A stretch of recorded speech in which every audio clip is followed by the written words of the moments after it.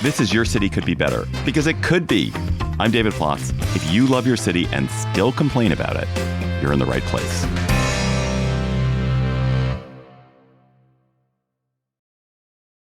Just last month, in July 2026, Madison, Wisconsin broke ground on what you might traditionally think of as a landfill. It is a landfill, but it is not just a landfill. It's slated to be what officials are calling a sustainability campus that will, in theory, force residents of Dane County, of Madison, to face how much they're throwing away and to figure out what both the county and its constituents could potentially do with what they're throwing away instead. Joining me to talk about this is CityCast Madison host Bianca Martin. Welcome back to Your City Could Be Better, Bianca. Yes, it's good to be with you, David. So let us start with the most basic question. What is a landfill? What ends up in a landfill as opposed to being recycled? Dane County actually runs a waste characterization study every 10 years, so we know what's literally in there. A waste characterization study. What a great name. Like what's in here, yeah. So like around 40% is organic material, food scraps, wasted food is about 20% of that, and then there's other things like diapers and pet waste, which folks are apparently constantly asking the city how they can compost, which is a lower on the priority level issue here. But also, paper, plastics, medical equipment. A big issue is mattresses going in. Dane County, has roughly 20,000 mattresses that go to the landfill each year. And those are real tricky because they don't compact. They catch up in the machinery. They start fires. And it turns out they're like 90 to 95% recyclable. So that is amazing. I just had to dispose of a couple of mattresses here in my hometown of Washington, and that you have to arrange a whole bulk trash pickup for it. But it is, you look at it and you're like, this thing weighs a ton. I have no idea. I mean, it's never going to degrade into anything. That is fascinating. Okay, so you're building another landfill. Why are you building another landfill in Madison? Yeah, we are, because we're almost out of room. Our current landfill that was made back in 1985 has about 2.5 years of life left with its own legs. So without this new landfill. And I learned recently that the permitting process for a brand new site takes about 10 years. So they have been working on this for the past 6 years and are celebrating right now because they got the permit.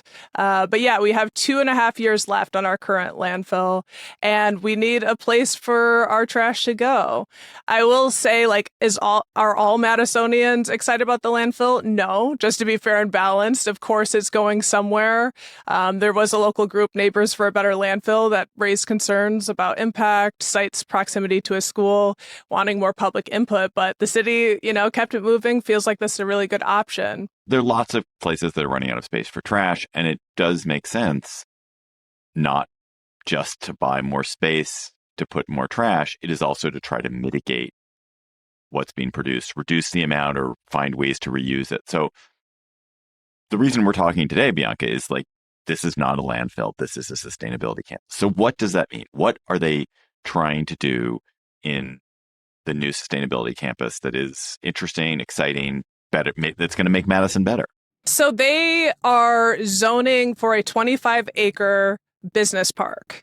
So it really isn't just a landfill. And I'll talk a bit about recreation and what can happen in the space for the community. But one of the biggest components of what makes this interesting is that the county's looking at making this cost-free for county taxpayers. And one way that they're doing that is by asking businesses who are focused on waste diversion, renewable energy, education to come into their campus and start diverting more trash. When I spoke with the county director, he was really excited when they put out the request for proposal for this business campus. They had 45 responses. So we're talking about places or businesses that are looking at mattress recycling and how to do that effectively. They're talking about textiles, how textiles aren't really very heavy, but they take up a lot of room. Another one proposal that came in was for a $200 million facility. You might like this, using AI and robotics to sort through mixed use waste. And that is really the exciting part, is what's different here. It's not just we'll find out down the line that we needed this landfill, we filled it up, we're still creating the same amount of waste, we're still putting as much in, but actually we're making a concerted effort to change what goes into the landfill. So this is like a more sustainable, healthier process that's also economically viable outside of people's will, because people want to help the environment, but it's not always top of mind when it comes to budgets. Right. And actually, I mean, the mattress example is a really good one, which is that like you don't want to dump some mattress in a place where it's gonna rot and do nothing. But you don't know what, like you don't know what to do with it. You're like, what am I supposed to do? And so I do think people have will. Like a lot of times it's not that they want to pollute, it's that they don't have a better option. The idea that you guys are going to specifically look for ways to divert stuff that is problematic it's really encouraging. So they're going to try to divert. They're going to look at everything that comes through and try to find the gold in them hills. They're going to find the gold in them hills. We know that mattresses are gold, knowing 90 to 95% is recyclable, but they are already pretty successful. They were stoked about this, which is, these nerds are going to nerd. When I spoke with the leaders on this program. They're the top nerds. Like, I was like, this is deep. This goes deep. There are forums. One of the success stories so far is diverting housing materials, shingles. So shingles off of roofs. Speaking about climate change, our city, we're experiencing more severe storms. And I guess in the past, it was pretty typical for them to divert like 4,000 to 5,000 tons of shingles each year. And this year, they're on track to divert 44,000. Wow. Yeah. So and last year was 33. So he's saying like this process, they have specifically also created a construction and demolition debris site. So like a private public partnership, like there's a lot of money to be made here. Maybe I'm exaggerating by saying a lot, but they're making $32 million in revenue, and the entire department who's working on this in the county is paid for by the revenue. Like they're not even being paid for by the taxpayer, the county taxpayer, that is. People pay to have garbage taken. Like, what do you do? Like, we just had a terrible tornado in Menasha and Appleton that just ripped up the city, like a historic tornado. Where do those building supplies go? They could go into the landfill, or they could be reused, and we're doing that pretty well. So how big is the new sustainability campus? How many years of trash do they say it can accommodate? Well, it's 12 million cubic yards, which if you could describe that, I'm in a lot of numbers this weekend getting ready for this call. What I can tell you that is easier to picture, it's over 150 feet tall, which is like a over 10-story building. So it's quite big. I was told it's comparable to the landfill that we have had since 1985 that has 2.5 years left. So it's pretty big. But hoping that, we don't have to fill it up at the same speed, and we're getting better at keeping stuff out of it. Right. And also there are a lot more people in Madison than there were in 1985. So probably, you're going to, even if you're filling up at the same speed, there's so many more people, you might fill that space faster. Yeah, that's a big part of it. Something I hadn't considered until researching was the fact that trash is getting lighter, too. I want to give a huge shout out to our city recycling coordinator, Brian Johnson, and also I talked with the Dane County director for renewables, who's leading this project. They were both super helpful. Brian was like, our tonnage for how much waste we're putting out to the curb has really stayed consistent, but trash is lighter. So, there are less glass bottles, there are lighter materials. So that's an interesting little fold here. That is interesting. Yeah. Okay, so I mean, one question I had was, why not just buy some land outside? I mean, Dane County in Madison it's a city. It's very rich and prosperous, growing fast, lots of people, very successful metro area. The land values are high. Why not just find some space out in the countryside? You drive 20 minutes outside of Madison, there's lots of land that you could put a new landfill in. Why not do it there? Yeah. So for what it's worth, it is a little bit like it's not directly in the square of Madison. It's within the county.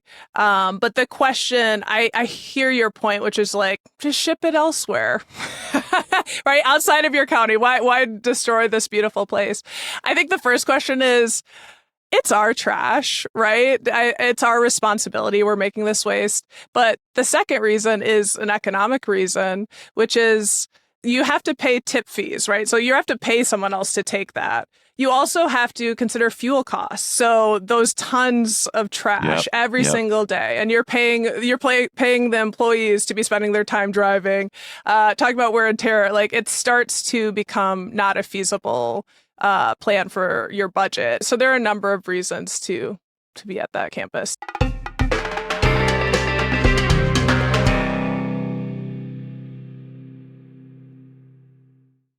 So another element of this sustainability campus is education, and the idea is that you and your neighbors are going to somehow learn more about the garbage that you're creating and how are you going to learn, and then once you learn, how is that going to help at all? It's a good question because you want to believe you know better, you do better. But when it comes down to it, being really thoughtful about diverting waste as consumers, as just regular civilians, it's something that is not necessarily easy to do. Like, it's almost a privileged thing. There's not like a ton of research that I found from Madison or Dane County specifically on like how has education shifted people's habits here. I know that there are better recycling classes taught with Sustain Dane. But there is a national nonprofit that looks at that sort of thing, the Recycling Partnership. They've sent out mailers to people in East Lansing, Michigan. And like, is this going to make a difference? And I guess they cut contamination, mixing, recycling the wrong things by a fifth. And that empathetic messaging boosted cart set out rates by 45%. So like there's some evidence that supports it, but there's certainly other evidence that you need some incentives. I mean, we began with you talking about how 20% of all the garbage effectively in Madison and Dane County is food waste. I think you guys do food scrap composting. Is that going well? Is it not going well? I heard it's going tremendously well. This is more of a recent effort that has shown a lot of success. They've put out orange scrap stop kiosks across Dane County. So there's like a dozen locations. They have sites at the farmers markets, neighborhood drop-offs where folks can bring their compost. And in year one, thousands of households signed up. And 1 million pounds of food waste got diverted. We're talking about this a little bit earlier, but you're talking about how the sustainability campus is in some ways designed to be a business, or designed to entice organizations that will make money and therefore reduce the cost to the city of this. And what was amazing to me is that you're building this landfill without taxpayer dollars. How is that possible? So it's without Dane County taxpayer dollars. So there's a little caveat for us City of Madison residents, because how it works is the county, people are paying for the county to take their trash. And so Madison is one of the biggest customers of the county in taking our trash. So there's a part of it that Madisonians' tax dollars are funding what the county is doing. But the bigger picture is there are no referendums coming from the county to make this happen. So you're not getting charged there. And they're running this sustainability campus as an enterprise fund. The rest of the county and the rest of the state can really pick this up, and other places as well, to look at building private public partnerships and getting, like, having a business campus is one way, but also a lot of this construction materials, like, they have tons of customers and it's working for them and they're pretty thrilled about it. Just last couple of questions in this main segment. What happens to a landfill? Does it remain sort of a toxic waste dump, you can't ever go there? Or does it ever become useful land that people can, use for, I don't know what, bird watching? It's a middle ground. The land, actually, it can have some public uses. You're not going to want to go build a house on top of it because there are still gases. Like, you don't want to put weight on a former landfill like that. You probably don't want to mess with the groundwater, but you can create a park. And actually, Madison, there are a lot of places in our city that are former landfills that people might not even know. Like, our dog parks. We have Olin Park as a dog park, a site over by the old Oscar Mayer factory is a former landfill. There are lots of spaces that are, you can still hike on. And something that's actually really neat about Dane County that they're touting is that they've been planting native prairie grass on the cap sections of the big landfill that we have already. And it's really unique. So they did research into how you could make this place beautiful. And the seeds they're specifically mixed to be for pollinators, and 400 species of ground nesting bees, but also that they have short roots that won't puncture the clay plastic cap that keeps the landfill shut. So if you drive by the landfill, it's actually beautiful. It's prairie grass, and they're doing a lot of innovative stuff to think about this as not a forsaken ground, but something that, it's something that's not a blight.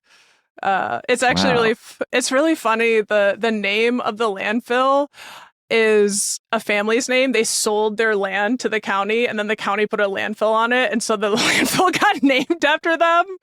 And the director of the county was like, "I'm excited that this can be Rodfell Park. That they get a little honor on their name outside of a dump."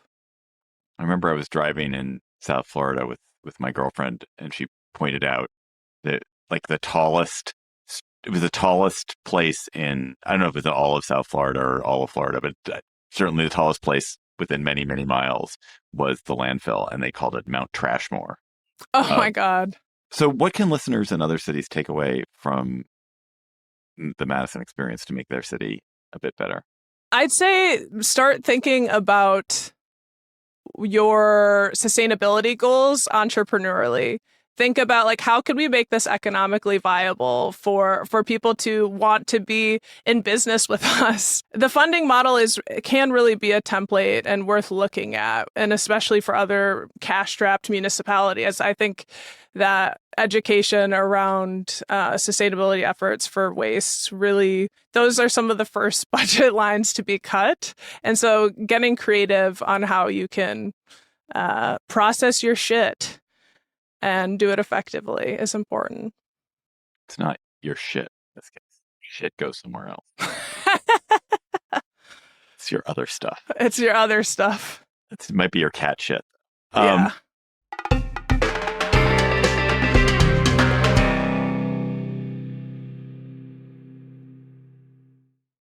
Let's go to our word on the street segment, Bianca. So you're in Madison, great city of Madison. The summer is ending, which means if you're in Madison, all those Badger students are coming back. All the University of Wisconsin students are coming back. So I just want to talk to you about how much does your city slow down during the summer, and what is nice about having most of the students gone, and what is not nice about having most of the students gone? I mean, there's like 40,000 students. It's a huge campus, but it's it's a physically huge campus, but everyone else is in their neighborhoods. They really, like, in my own experience there, if you're living on campus, people don't even go past State Street, which people who are on campus tend to stay on campus, and people who are not there maybe drive through, but it tends to be its own universe, and it moves in its own timing. Except for in August when there's move out day and a move in. Then it's going to be total chaos, which is totally relevant to this conversation, and trash pickup. Well, I assume move out day in May or something. Probably there's all sorts of crazy stuff being dumped on the ground. Yeah, they call it hippie Christmas here. You can get a lot of nice things, but the city's like, stop doing that. You're really messing up our systems. So you go and you sort of like you vulture around, you circle around and see where, they dropped a couch off. They had a brand new 75-inch TV. They just put it on the side. Maybe not 75, but a 50-inch TV. Like the students who, especially and international students, they might come and they're like, I don't need this anymore, and leave out nice stuff. But the city's really trying to. They have actually created a new event for this year called Move-A-Palooza, which is like, please come to the Alliant Energy Center. Bring your mattresses, bring your items, because it rains. Like hippie Christmas becomes pretty foul after a couple days and certainly a week. Hippie Christmas. Yeah. That is awesome. Bianca Martin, host of CityCast Madison, thanks for coming on Your City Could Be Better. Listen to Bianca every weekday on CityCast Madison. Thanks, David. That's all for today's episode of Your City Could Be Better. I am your host, David Plotz. Our producers are Aria Bracci, Priyanka Tilve, Bianca Martin, and Haley Sperling. Our music is by Carl Christensen.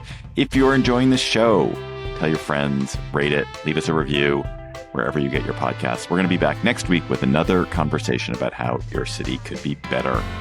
I'll see you at the landfill.